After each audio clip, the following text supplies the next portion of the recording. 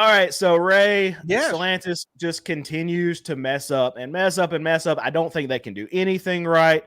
So here, let's look at this right here. Stellantis U.S. sales drop signals more trouble is ahead. There are a lot of things in play, and Stellantis upped its incentive spend in Q3, but its U.S. sales still dropped by 20%. So Ray, here's my question to you. So they have said, okay, they want to move more metal, right? That's what they've done to, they're increasing their incentive spend to try to move some of this metal. But even with them putting more money on the hood, and we'll explain exactly what that is later, but even them adding more cash to these deals, adding more incentives, trying to get consumers into cars, people are still saying no. Well, yeah, I found the subhead. There's a lot of things in play. Well, apparently the one thing that's not in play is sales. That's the one area where they seem to have missed the boat. We have discussed different things about Stellantis ad nauseum for, I don't know, forever. It feels like, and it's only because they have been so inept in their ways. Yeah, their sales are off. They're struggling. The American public has pretty much said no. The American public has pretty much said there doesn't appear to be enough money that even if you buried $10,000 in a glove box somewhere, it's not enough to get somebody to buy one of these products. It is just beyond me how a company as large as this could have miscalculated to the degree that they have. Now, there was a story, I think it was like 6-8 months ago or whatever, we covered it, where they were going to issue new MSRP, like the stickers. They were going to give new stickers to these dealerships.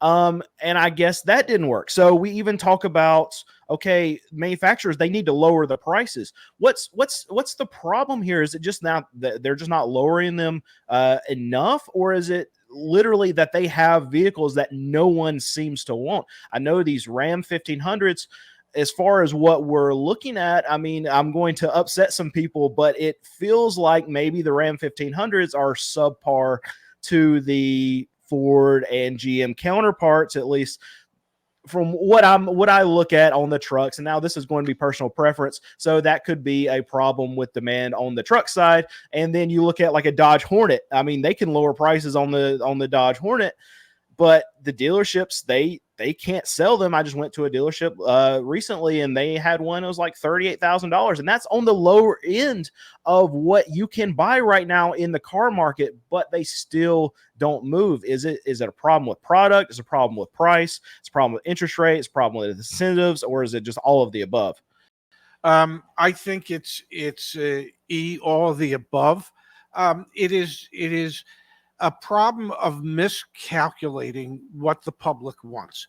I know for the longest period of time, back before you were even born, automobile manufacturers in this country just felt as if whatever we build, we can get the people to buy. And, for the most part, they were right, because there were such wonderful offerings as the Ford Pinto, the Chevrolet Vega, the Cadillac Cimarron. They built literally, the Ford Pinto had, as many people know, an issue with the puncturing of the gas tank if it was rear-ended, causing fires.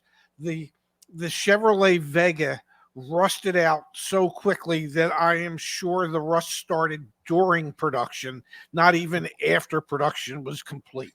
So the American manufacturers produced such crap, but they got people to buy them.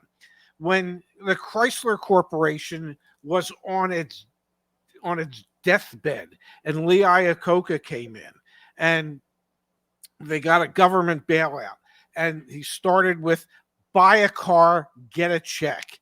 Okay, they were like the first ones. If you buy a car, we're sending you money. We're thanking you we're paying you to buy our product. And that worked. And now everything that manufacturers should have learned in the last 45, 50 years, it's like they've thrown it out the window.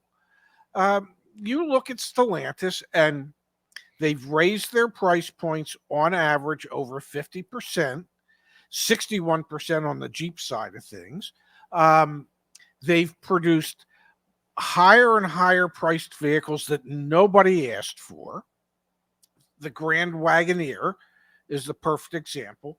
And so nobody asked them to bring the Hornet to this country. Fiat sells in the hundreds quarterly. That's a lot. well, you start to think to yourself, well, how were there 438 idiots that bought one? You know what? We might sell more vehicles at my small used car lot than the whole Fiat company. Well, at least in the United States, Yeah. And I'm not sure that Fiats are in strong demand. Well, even in Italy, but you can't abandon your customers the way Stellantis has, and yes, there were some Jeeps and stuff where they lowered the MSRPs and they sent new windows, but they didn't lower it enough. You can't raise the MSRP 61%, okay, and then I don't know, drop the MSRP $2,000. That's not working. So, is there a big enough amount of cash they can put on the hood of one of these vehicles to move them? Perhaps there is. There better be, because otherwise, I don't know what happens to them all. I mean, they can't ship them all to Florida to put them in danger from a hurricane, so they all get totaled that way. I don't know what they're going to do. So let's talk about that phrase right there, because we said that in the last show, and we actually had some comments, some questions about what is cash on the hood. Can you explain that really quickly? All right, so all of you watching here, I know most of you are not subscribed, so I need you to hit that subscribe button. Whatever we need to do to get you to hit that subscribe button, Ray will do it. So just hit it for us and let us know what he needs to do down in the comments to get you to subscribe. Well, cash on the hood is a rebate. Okay, there are customer rebates. So what's a customer rebate? When the manufacturer says there's $3,500 cash incentive to the customer, typically those rebates get applied as a down payment. So at least with a rebate, it can show cash down to the bank when you're looking to get a loan. So cash on the hood is typically a customer rebate of some kind, of some sort, from anywhere from $500 to $5,000. That's what we mean when we say cash on the hood. So I want to go back to, okay, the woes of Stellantis and them not being able to sell cars. And, okay, we have help coming from the manufacturer, but I want to talk about the dealer level for just a second. There's a dealership very close to me where I go and I like to film a lot. The staff's there. They for the most part know who I am. The salespeople come up and say, hey, well, I watch your stuff, whatever. But they're a Jeep Dodge Ram dealership, and they have maybe you'll see between $3,500 and $4,500 of markups on every one of their vehicles out there. So where does the most of the blame come in a situation like that? And this is a dealership that I've talked to, and the salespeople say, well, there's some days that on the retail side we don't sell one car. Our commercial side is what's keeping us afloat right now, and this is what they said. But still, they have MSRPs out there, and then they have $3,500 to $4,500 of markups on top of all of these Jeeps, all of these Wranglers, all of these Rams, all of these Dodges. Every one of them has the same markup package. At that point, I think it's the dealer's fault, because why would a consumer walk into that dealership and look at those fees? Why wouldn't they go to every other Dodge dealership or Chrysler Dodge Ram dealership right now and see signs saying, okay, we're taking 10% off? It seems to me, this is in my opinion, I think it's the manufacturer's job to create excitement and buzz around their product. And then it is the dealer's job, once that excitement and buzz has been created, to say, oh, by the way, you can find those exciting products here at XYZ Dodge Jeep Ram. If the manufacturer has done a poor job of creating excitement and buzz about the product, then it doesn't make sense for XYZ Dodge Jeep Ram to say, hey, we know you're not excited about the product, and to make sure you're really not excited, we're going to add an extra $3,500 to $4,000 worth of charges to the vehicle you didn't want in the first place. That, to me, seems like malfeasance on the dealer principal's part at best, and abject stupidity at worst. You know, there was a dealer, two Jeep dealerships that we filmed at last summer, Zach, a year ago, and they didn't like the fact that we filmed there, and we got cease and desist. Like, don't ever come back to our dealership. You know, we would go on a Sunday when they were closed, but you know, they had $5,000 markups in every car. The hope is that you find some moron that walks in and pays it. But that doesn't mean it's a smart play on the dealership's part to do that. You and I have discussed it before on the times that dealerships are closed, the pricing that's on the vehicles that a customer can see if they walk through the dealership at those hours. That's the advertisement. And that advertisement, where you're charging $5,000 more or $3,500 more, is a turnoff in today's market. So that dealership that's close to you is doing their absolute best to send business to every one of its competitive Dodge, Jeep, and Ram dealers in the area. So we have a good question here, and actually, I don't know the answer to this one, but I'm pretty sure that you can you'll have a ballpark answer on this. But how much leeway does the dealer, and they're going to be talking about a new dealer, have on the selling price? I thought that the factory sets the prices. Okay, well, the factory sets the manufacturer's suggested retail price that's on the window sticker from the manufacturer. That has absolutely nothing to do with what the dealer can sell it for.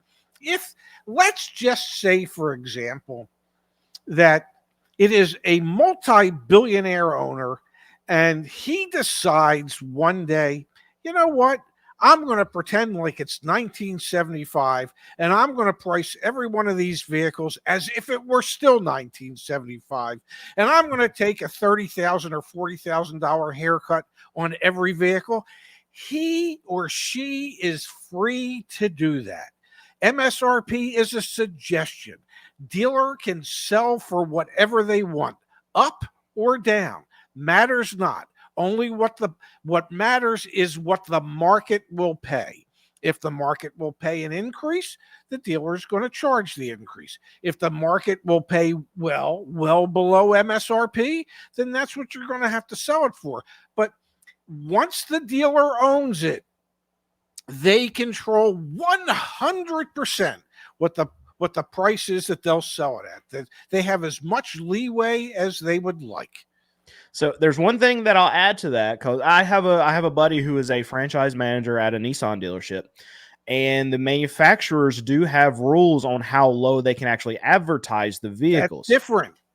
Yep. So they can sell it for whatever they want to sell it for, but you might not know what they're actually selling it for, because the manufacturer might determine how low they can actually put it online, put signs on their outside of what they can actually sell for. And this protects other dealerships from doing a race to the bottom in the same area, and this is why they have those rules put into place.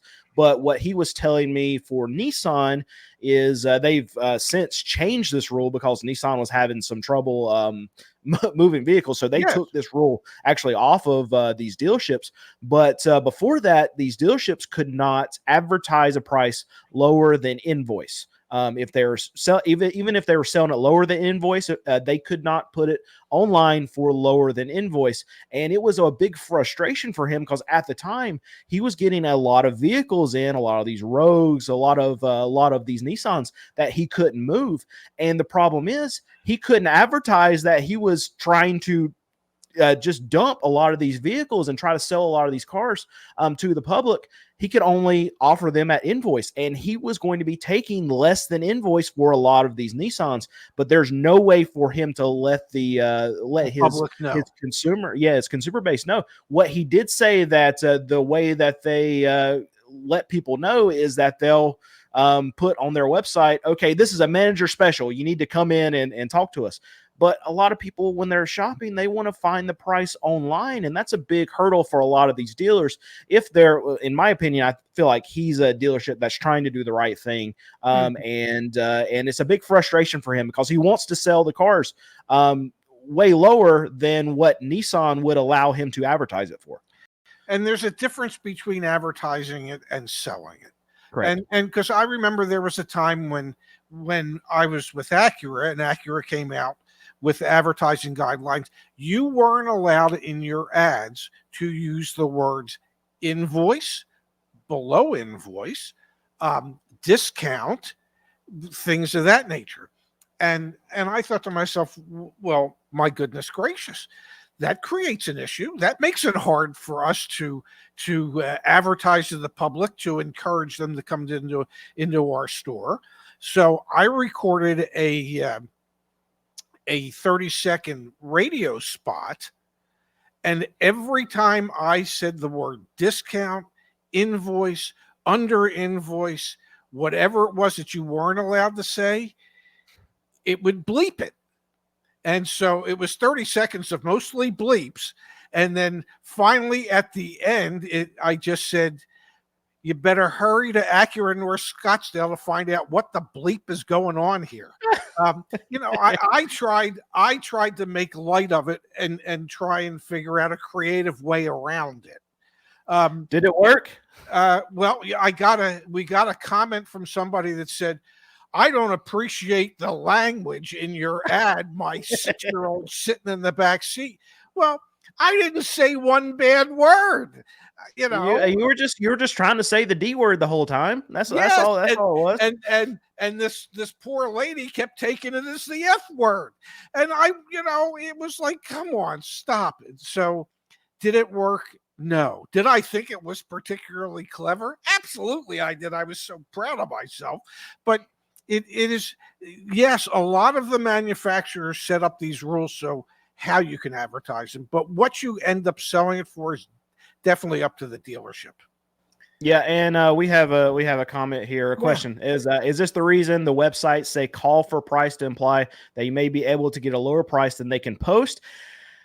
I would say probably not in most cases. What I would say that is for is because they want you to come in, and they think that they can speak these sweet nothings to you and have the salesperson schmooze you to try to get you into that car. So there's going to be certain situations like my buddy who is a Nissan franchise manager. In that case, absolutely yes, but that's not going to be a majority of the case. A majority of the case is going to be that they want you to come in because they're going to try to get you into that car. They think once they get you in that door, then they can sell you a car. They'll be able to close you.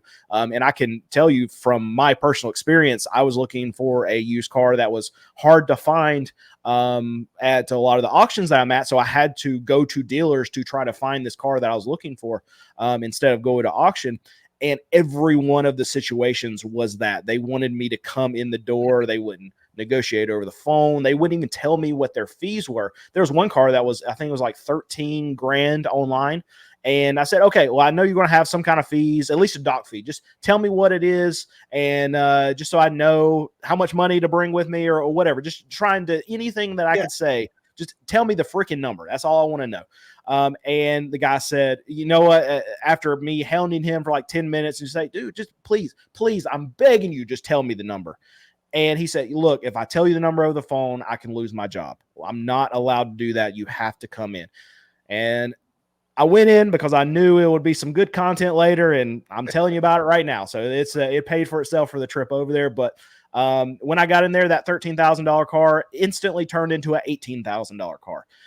And this is what they're trying to do. They're trying to get you in the door. They want you to get a test drive. They want you to fall in love with the car. They want to make it so easy for you to sign up for that payment for that car. That's what they want you to do. They want you in the door. Call for price to a dealer means an opportunity to set an appointment for you to come in. It's not an opportunity to give you the price that you called for. It's an opportunity to set up the appointment. That's it. That's all they want their salesperson to sell is the appointment. When can you be here? Okay. The price is irrelevant. You must drive the car. I mean, what if the price I give you is phenomenal, but you come in and you drive the car and you hate the car? So why don't we kill two birds with one stone? When can you be here? When can you drive the car so we can make sure it's the car you like?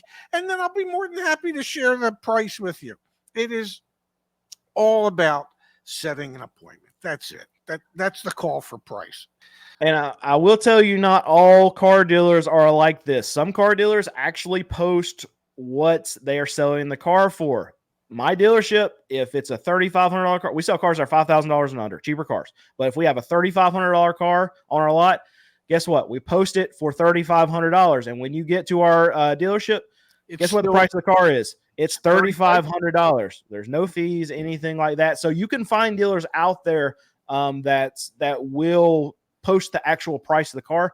They're few and far between. And this is something that I hope the FTC can do something about, but I have no faith. I have no faith in the FTC for this. It really boils down to the owner. You've decided as an owner that this is the way you want to do business, that you want to post the price of the vehicle, and the price that you post is the price that you'll sell it for because you feel most comfortable operating like that. The vast majority of dealers, unfortunately, think the opposite. And they don't want to make it easy for their customers, and they don't want to make it easier for their salespeople. They want to practice sales through deception, and so they advertise prices that you can't necessarily buy the vehicle for, or they advertise the call for price, and so it's a business decision that's made by the owner. What we need, if I may. We need more owners like you. The problem is there's very few of owners like you. Yeah, and it's too easy to make money on things other than cars in the car market, unfortunately. So greed will always prevail when there's money to be made. Yep, unfortunately so.